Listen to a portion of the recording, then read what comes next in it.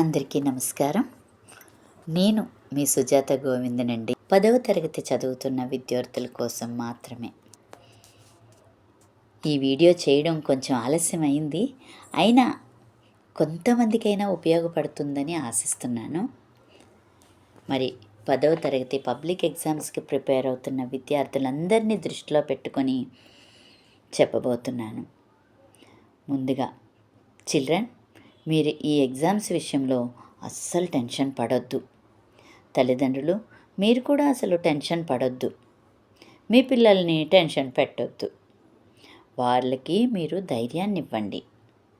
ముఖ్యంగా 10వ తరగతి విద్యార్థులకు 10 సూత్రాలు అంటూ మీ ముందుకు వచ్చాను. అందులో మొదటిది, ఎగ్జామ్ ముందు మీరు ఏ సబ్జెక్టు చదవాలి అనుకుంటారో అది మీరు ఒక ప్రణాళికాబద్ధంగా చదవడానికి తయారవ్వండి. అంటే మంచి ప్లాన్ చేసుకొని దానికి యాక్షన్ తోడయిందనుకోండి, విజయం మీదే. రెండవది, అదే పనిగా కూర్చొని చదవకండి. నిర్దిష్టమైన సమయాన్ని కేటాయించుకోండి. 3, సాత్వికమైనటువంటి ఆహారాన్ని తీసుకోండి. ఆయిల్, మసాలా, జంక్ ఫుడ్ జోలికి అస్సలు పోవద్దు. 4, 2-4 వీలర్స్ వెహికల్స్ని అస్సలు ముట్టవద్దు మీరు. 5, మీరు సంవత్సరం అంతా చదివిన చదువు ఒక 3 అవర్స్ ఎగ్జామ్స్ రాయడంతో మీ భవిష్యత్తు తీర్చిదిద్దగలుగుతుంది. 6, మీకు పడినటువంటి సెంటర్కు ఒక అర్ధగంట ముందే అక్కడ ఉండటానికి ప్రయత్నం చేయండి. పరీక్షకు కావలసినవన్నీ పట్టుకొని వెళ్ళండి. మీ హాల్ టికెట్టు మీ వద్ద ఉందా లేదా అని 1-2 సార్లు చెక్ చేసుకోండి.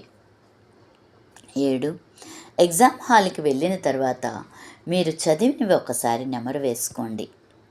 అలాగే ఇన్విజిలేటర్లు చెప్పిన ఇన్స్ట్రక్షన్స్ జాగ్రత్తగా విని వాటిని ఫాలో అవ్వండి.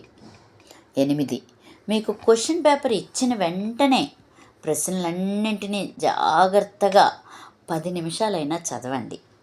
చదివిన తర్వాత మీకు వచ్చిన ఆన్సర్స్ని జాగ్రత్తగా నీట్గా క్వశ్చన్ నెంబర్ వేస్తూ ఆన్సర్స్ రాయడం మొదలుపెట్టండి.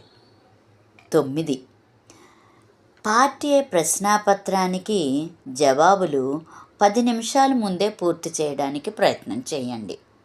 పార్ట్ బి ఇచ్చిన తర్వాత పార్ట్ బిలో ప్రశ్నలకు సంబంధించిన ఆన్సర్స్ పక్కనున్న బ్రాకెట్లో రాయండి. ఒకసారి మీరు రాసిన పార్ట్ ఏ పార్ట్ బి రాయడం పూర్తయిన తర్వాత ఒకసారి మీరు రాసిన బుక్లెట్ని చెక్ చేసుకోండి. మరి చివరగా 10, మీ సమయాన్ని సద్వినియోగం చేసుకొని చక్కని విజయం సాధిస్తారని నేను ఆశిస్తున్నాను. విజయోస్తు. ఇట్లు మీ సుజాత గోవిందం.